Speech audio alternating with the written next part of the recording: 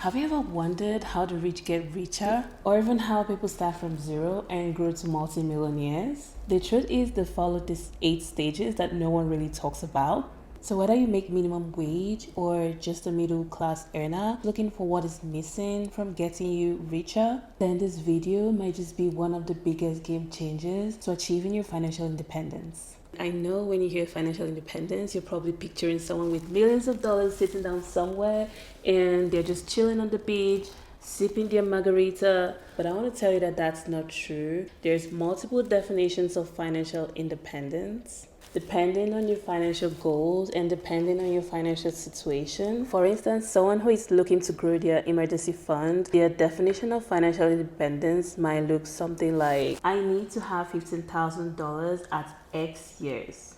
And for someone else who has lots of student loans to pay off, credit card debts to pay off, their definition of financial independence might look something like this. I need to get to a place where I don't owe anybody money and I've cleared all my student loan debts. That's their own definition of financial independence. Basically, financial independence is a journey and everybody's definition definitely evolves over the years. Like, your definition will evolve depending on your current financial situation and your current financial goals. Hello everyone, welcome to my channel. My name is Chioma, and in today's video, I'm going to be sharing with you 8 stages of financial independence. The journey that can take you from struggling with your finances to living a dream of financial independence and financial freedom. So let's jump right in.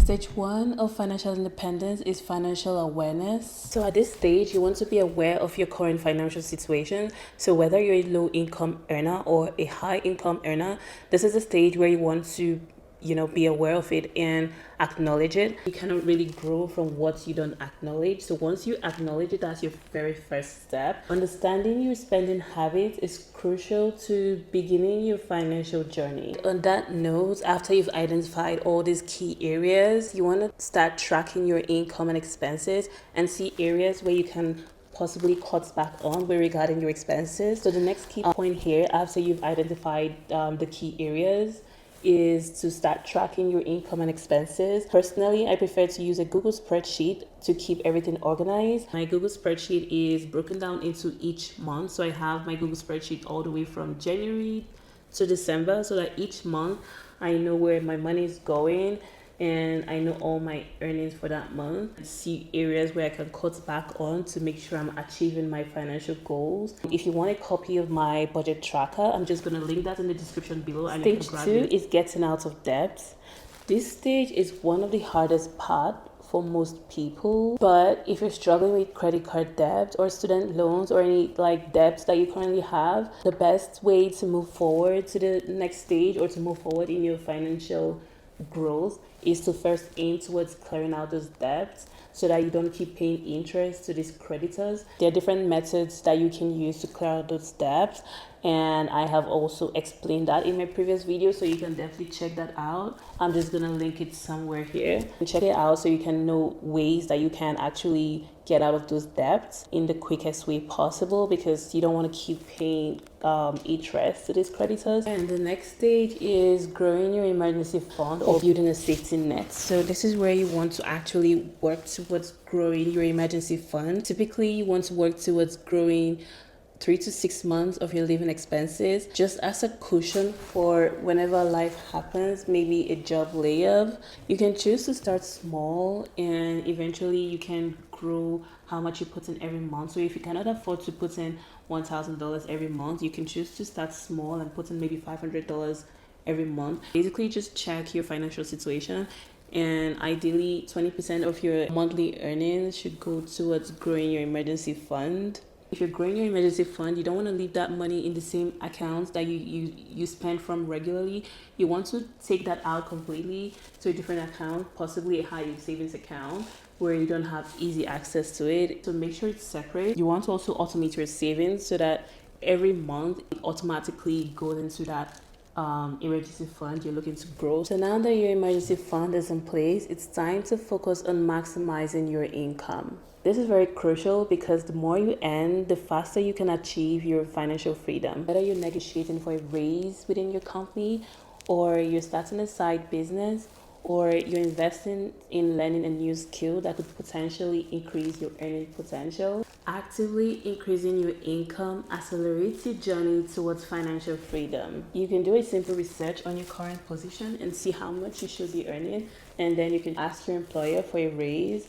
I'll just say don't be afraid to negotiate your pay. That just shows that you know your worth and your values that you're bringing to the company. And maybe if you're not getting the raise that you want, you might consider changing careers or changing places of work so that you can get what you want. Stage 5 is building wealth. Once you've been able to maximize your income, you want to focus on building your wealth.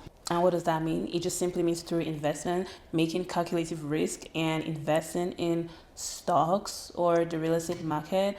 You can do a lot of research on that. There's so many financial advisors out there that can guide you on your first stock to buy or your first ETF to buy. So the goal here is to basically get your money to work for you. By investing, you actually harness the power of compound interest. And over time, your money starts growing exponentially. Stage 6 is achieving financial security. So this is the stage where you have built enough wealth and grown your savings, and you don't have to worry about covering your monthly bills or monthly expenses. But keep in mind, this might take a few years to build, so you just need to be patient with yourself. However, in this stage, you want to make sure that you're diversifying your investments. You don't want to put all your eggs in one basket just in case maybe the market dips in one of your investments. You still have like multiple other investments that you can rely on. So I would just say at this stage, just make sure that you've diversified your investment and invested in different areas possible, and just make sure you've done a lot of research before actually doing those investments, because you don't want a situation where the market dips against you. So you have to do a lot of research, possibly get your investment advisor or a financial advisor that will guide you every step of the way. Basically, reassessing your financial situation every step of the way and aligning them to your financial goals is very important. Stage 7 is financial independence. This stage simply means you have all your investments, savings, and income streams in check, and you don't have to worry about living costs or living expenses on a daily basis or even a monthly basis because you already have that covered. At this point, you no longer need a job to survive, and most people at this point might just want to quit their day job and retire early and just focus on building more wealth. Then we have the final stage, stage 8, which is the financial freedom. At this stage, you have complete control of your time and your money. This is where everyone desires to be, but be patient with yourself because everybody's timeline is different. So just try to work on your own timeline and you eventually get to this stage of financial freedom. At this stage, you're no longer tied to any career or job or any work of any form because you have everything in place. You're just sitting back and giving back to the community. So in a nutshell, that's the journey to financial independence. And it's not about how fast you go. So just take this journey one step at a time and you'll be definitely getting to your destinations. And remember, every step you take is definitely going to be bringing you closer to your dream of achieving financial freedom. So make sure you keep taking action steps that I've shared in this video, and you'll be definitely getting closer to your dream of achieving financial freedom.